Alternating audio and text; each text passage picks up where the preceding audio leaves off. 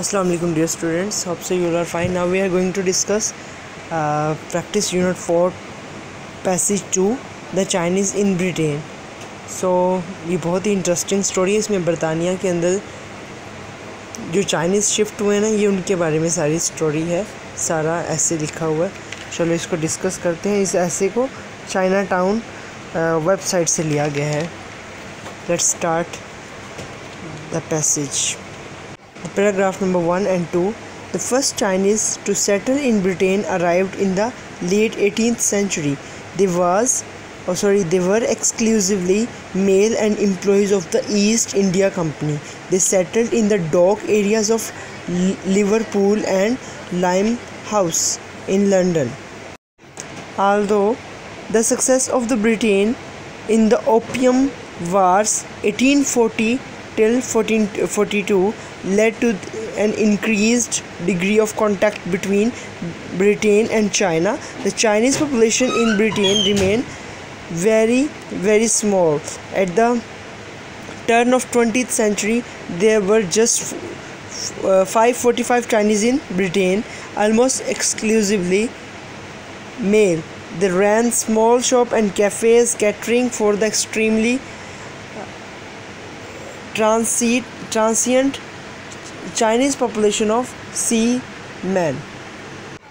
पहले पैराग्राफ की ट्रांसलेशन लिखा हुआ है। पहले चंद चाइनीज़ जो कि इंग्लैंड में जा बसे वो 18वीं सदी में आए, यानी कि 18वीं सदी में चाइनीज़ जो है इंग्लैंड में जाकर रहना शुरू कर दिया, और वो सिर्फ मर्द थे और ईस्ट इंडिया कंपनी के मुलाजमीन थे, और लंदन में लिवरपूल और लाइम हाउस के बंदरगाह के इलाकों में बस गए। हालांकि इंग्लैंड की 1840 से 1842 में अफ्यून की जंग में कामयाबी से इंग्लैंड और चाइना में ताल्लुकात का काफ़ी ज़्यादा परवान चढ़े।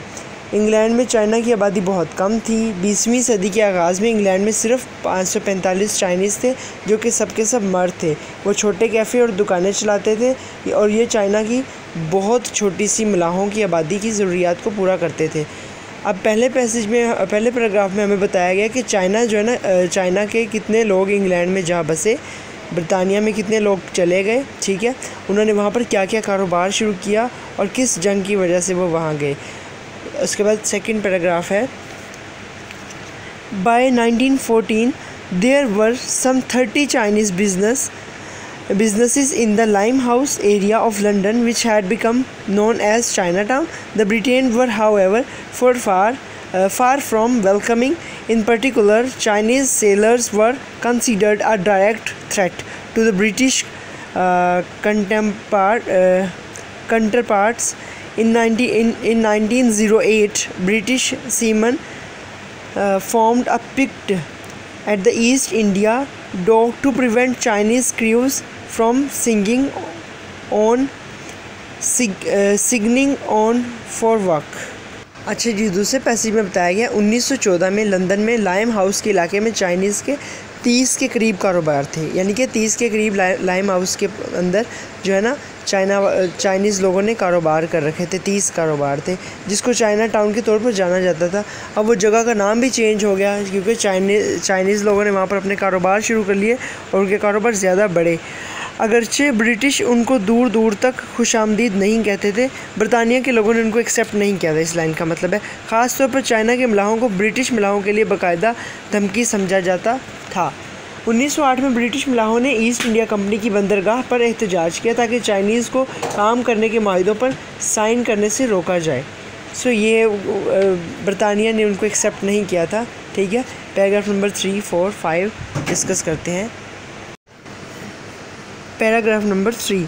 The Chinese were almost universally suspected of being lawless opium addicts who were unkempt and dirty, a strange stereotype considering that the most successful laundries in London up until the 1950s were wholly owned and operated by Chinese immigrants.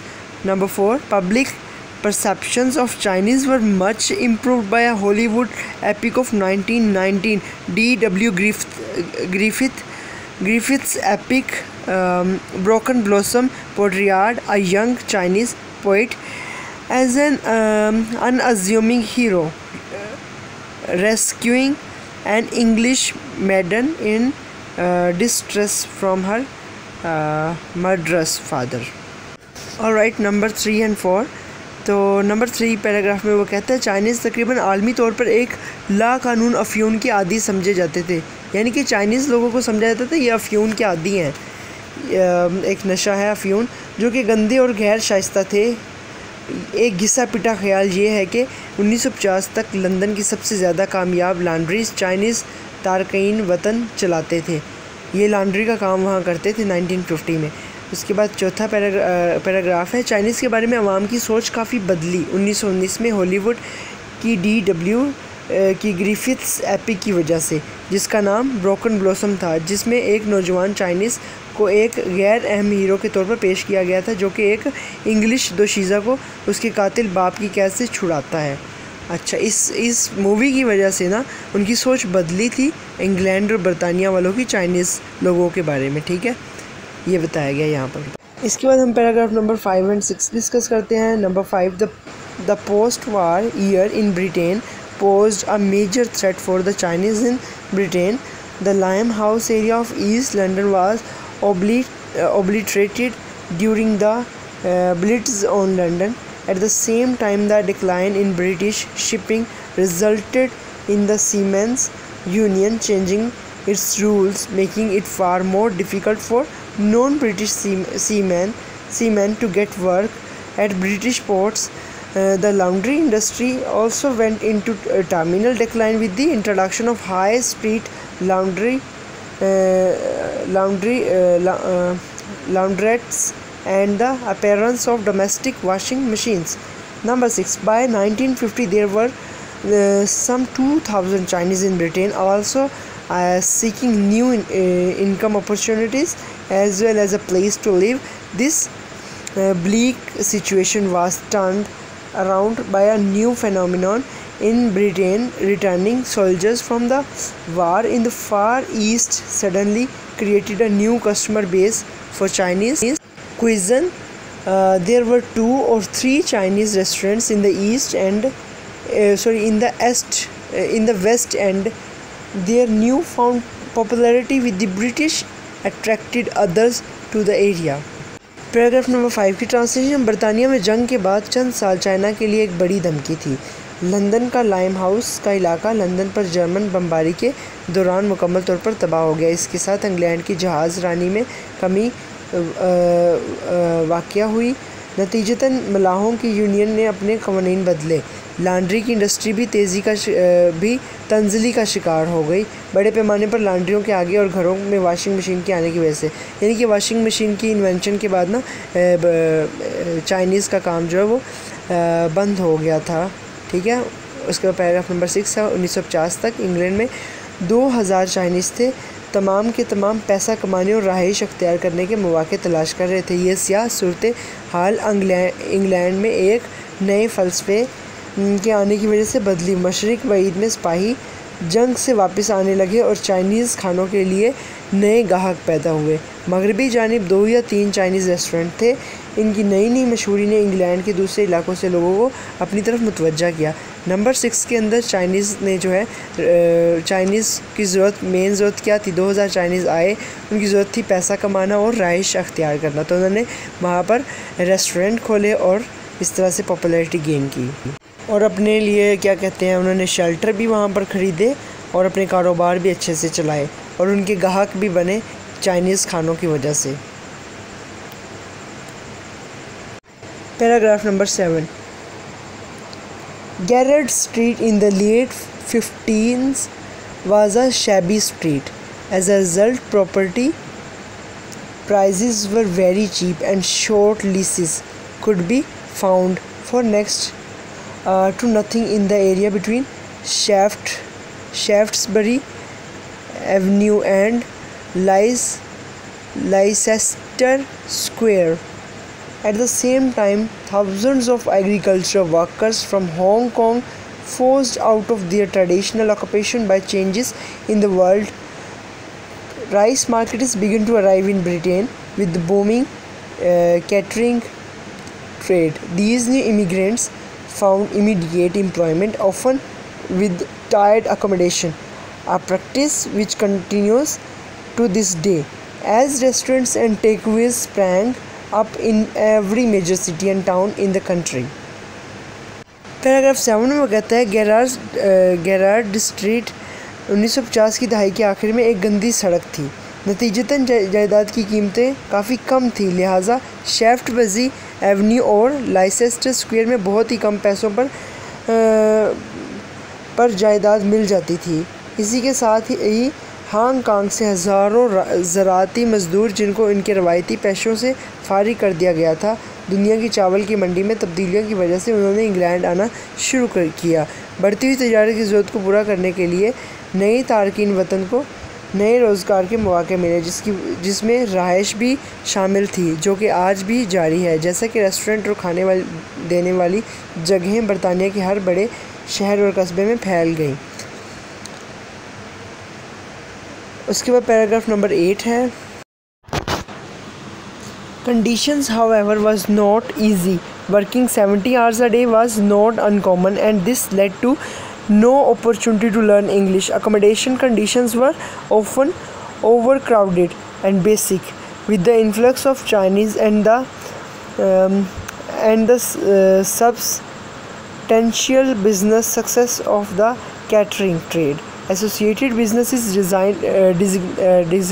designed to cater for restaurant workers grew up on Gated Street, which became known as Chinatown. More families were reunited as wives and children joined their husbands and wives. हालात साजगार नहीं थे। 17 घंटे तक काम करना गैर मामूली ना था, और फिर मज़ीद उनको इंग्लिश सीखने का मौका ना मिला। रहाइश वाली जगहों पर अमूमन ज़्यादा रश होना, चाइनीज़ की और ज़्यादा आने की वजह से बुनियादी कारोबारी कामयाबी की ज़रूरत को पूरा करने के लिए और इससे मुतल्लिक़ रेस्टोरेंट में काम करने वाले लोगों की ज़रूरत को पूरा करने के लिए गेरार्ड स्ट्रीट पर कारोबार बहुत फैला, जो कि चाइना टाउन के नाम से जानी जाने वाली लगी। ज़्यादा ख़ानदान का फिर से मिलाप हुआ, क्योंकि बीवियां और बच्चे अपने खावंदों और बापों से जा मिले। 8 पैराग्राफ में ऐसा है कि वो बहुत ज़्यादा कामयाब हो गए, उनके कारोबार बढ़ गए और उनकी ज़रूरियात भी बढ़ने लगी, और वो लोगों की ज़रूरत को पूरा करने लगे। उनकी फैमिलीज़ भी उनके पास सेटल हो गई चाइनीज़ की। इसका पैराग्राफ नंबर 9 है। The relative educational success of British-born Chinese brought further economic success, and the Chinese by and large moved out of Chinatown, making room for more commercial space and went to the suburbs.